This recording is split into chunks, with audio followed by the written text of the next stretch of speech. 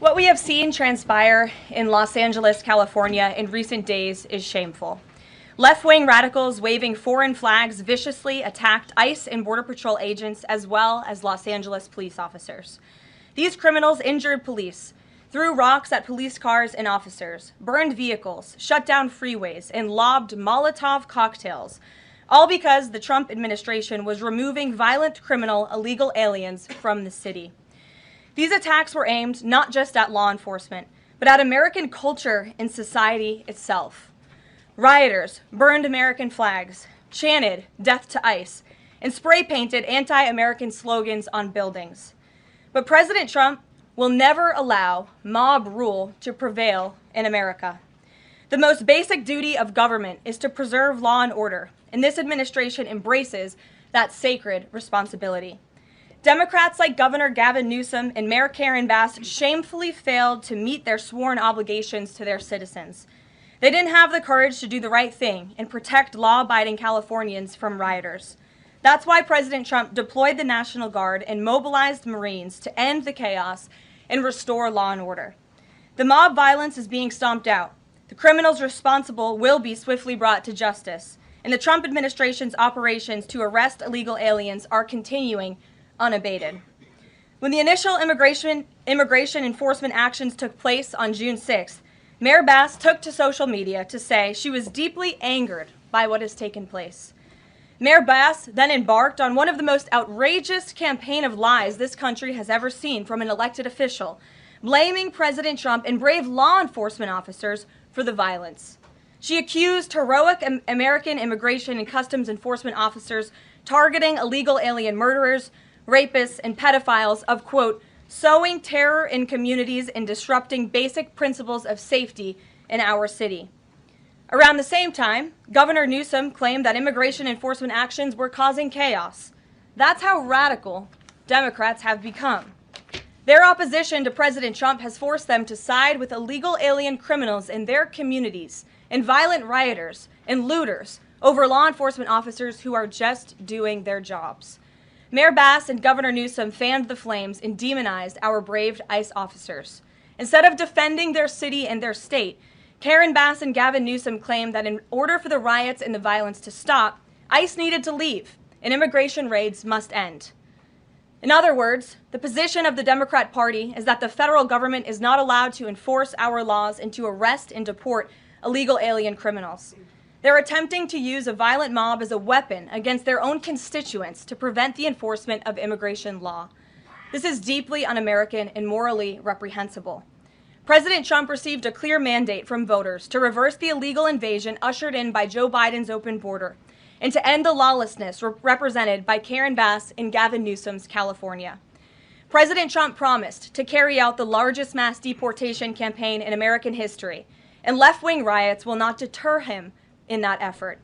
Sanctuary cities and states will no longer be allowed to shield illegal criminals from deportation. Just take a look at some of the illegal monsters who were taken off the streets in Los Angeles in recent days. A Vietnamese national, a known gang member with a conviction for second-degree murder. A Mexican national with convictions for child molestation who was armed with a dangerous weapon and had previous arrests for robbery and domestic violence. A Filipino national with convictions of rape, assault, burglary, and theft. A Mexican national convicted of statutory rape, narcotics violations, and hit and run. A Nicaraguan national with convictions for domestic violence and hit and run, and a previous arrest for willful cruelty to a child. And an illegal alien from Mexico who was arrested after allegedly throwing a Molotov cocktail at law enforcement officers during the Paramount riots on Saturday. He is now being charged with attempted murder. Law-abiding American citizens do not want these public safety threats living in their communities, no matter what Democrats like Karen Bass and Gavin Newsom may claim. And let this be an unequivocal message to left-wing radicals in other parts of the country who are thinking about copycatting the violence in an effort to stop this administration's mass deportation efforts. You will not succeed. Any lawlessness will only strengthen this president's resolve to defend the majority of Americans who want to live their lives peacefully, free from the fear of violent criminal illegal aliens. As President Trump said, order will be maintained, and illegal aliens will be expelled from our country. In economic news, the latest Consumer Price Index inflation report came in today below expectations again. Since President Trump took office, inflation has come in below economics expectations every single month. Core inflation held steady and remains at the lowest level since March of 2021. Wage growth remains strong. The average private sector worker is on track to see their real earnings increase by around $1,200 adjusted for inflation. And prices continue to fall for everyday Americans. Energy prices fell from April to May. Gasoline has fallen each month since President Trump took office, down 12% over the past year. And prices for meat, poultry, eggs, and fish are all down from April to May as well. Under President Trump's strong leadership, America is beating Joe Biden's record-high inflation crisis. And once the One Big Beautiful Bill passes, our economy will boom like never before. This bill is the largest tax cut for middle-class Americans in history. The One Big Beautiful Bill gives a 15% tax cut to working Americans and families. We'll see increased take-home pay of $10,000 per year. The One Big Beautiful Bill expands the child tax credit to $2,500 for more than 40 million American families with children.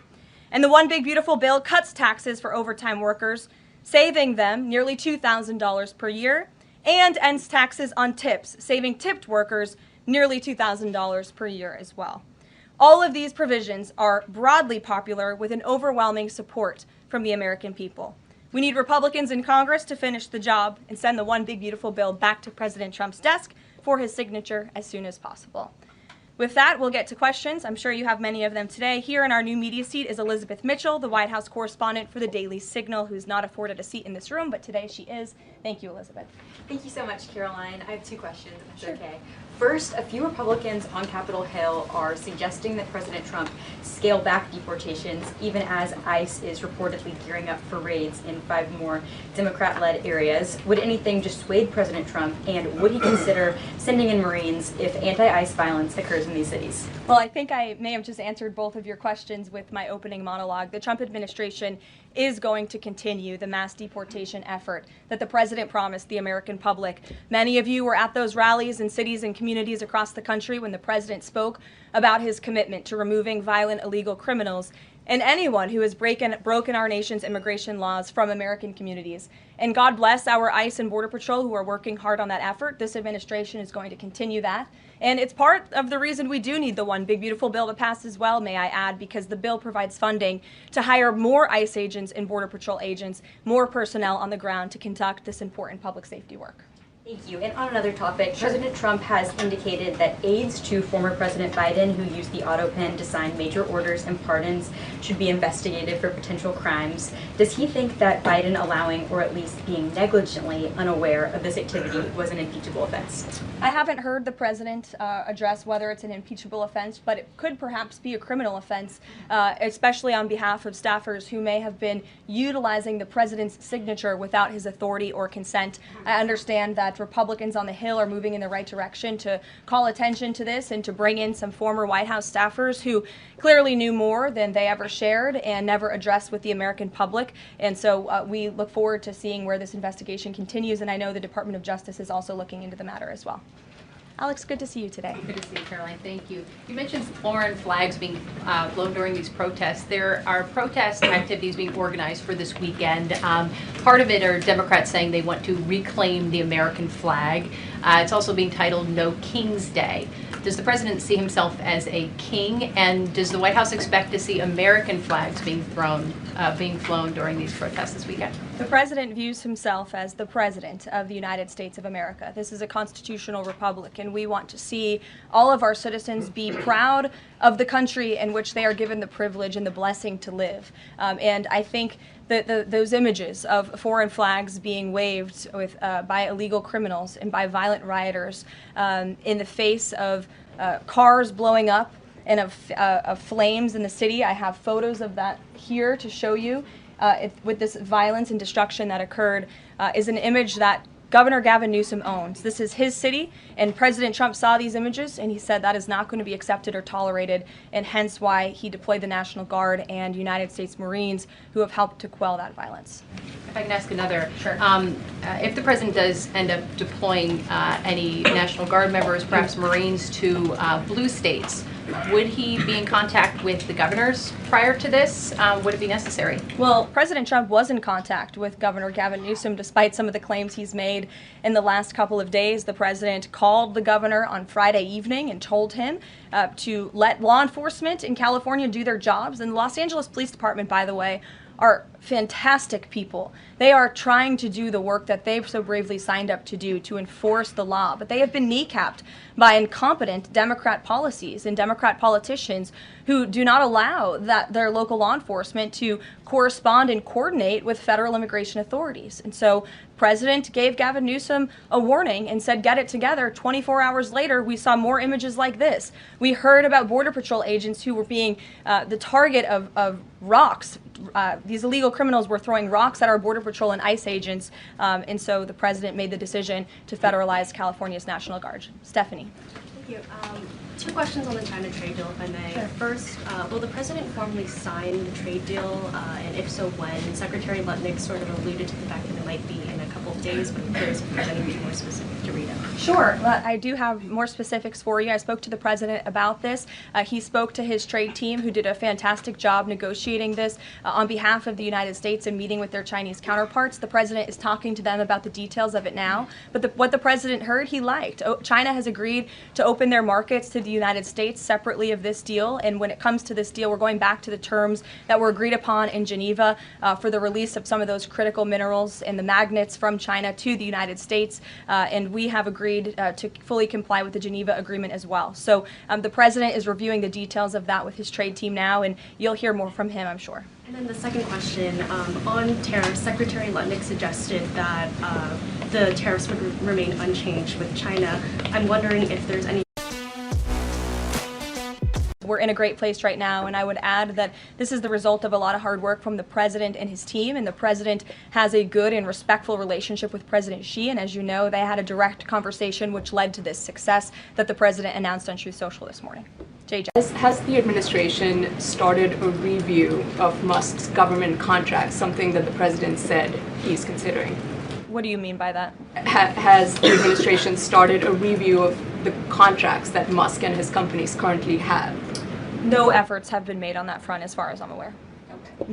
And just one more, if I may, on just everything sort of we've seen so far with the president's response to the LA protests.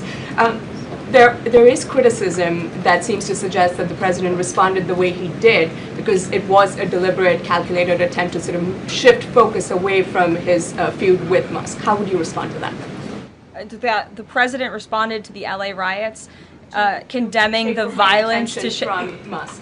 That's an incredibly disingenuous attack. The president saw images of Border Patrol and ICE agents being hailed with rocks and Molotov cocktails. He saw vehicles being burned to the ground with illegal aliens flying foreign flags, and that's what prompted the president to have this response that has clearly worked, because last night in Los Angeles you didn't see many of those images. And I would add the governor and the mayor need to actually do more. I know Gavin Newsom had a big address to the nation last night. I guess he thought that's what it was for maybe his future political ambitions, but he spoke a lot of words. We haven't seen action. California has been a mess for years because of the incompetence of Gavin Newsom, so the president was responding to that only. Caitlin. Caroline, two questions for you. Sure. Over the weekend, Secretary Noem sent a memo to the Pentagon asking Secretary Hegseth to have and direct the military that's on the ground in LA to arrest and detain what she said were lawbreakers. Is the president okay with that? And under what authority would the members of the military be able to arrest people inside the United States? I can't speak for a letter that came from the Department of Homeland Security. I can't speak for the president and what's currently happening on the ground now. And as you know, the president federalized the National Guard under U.S. Code 10, which he has the authority to do.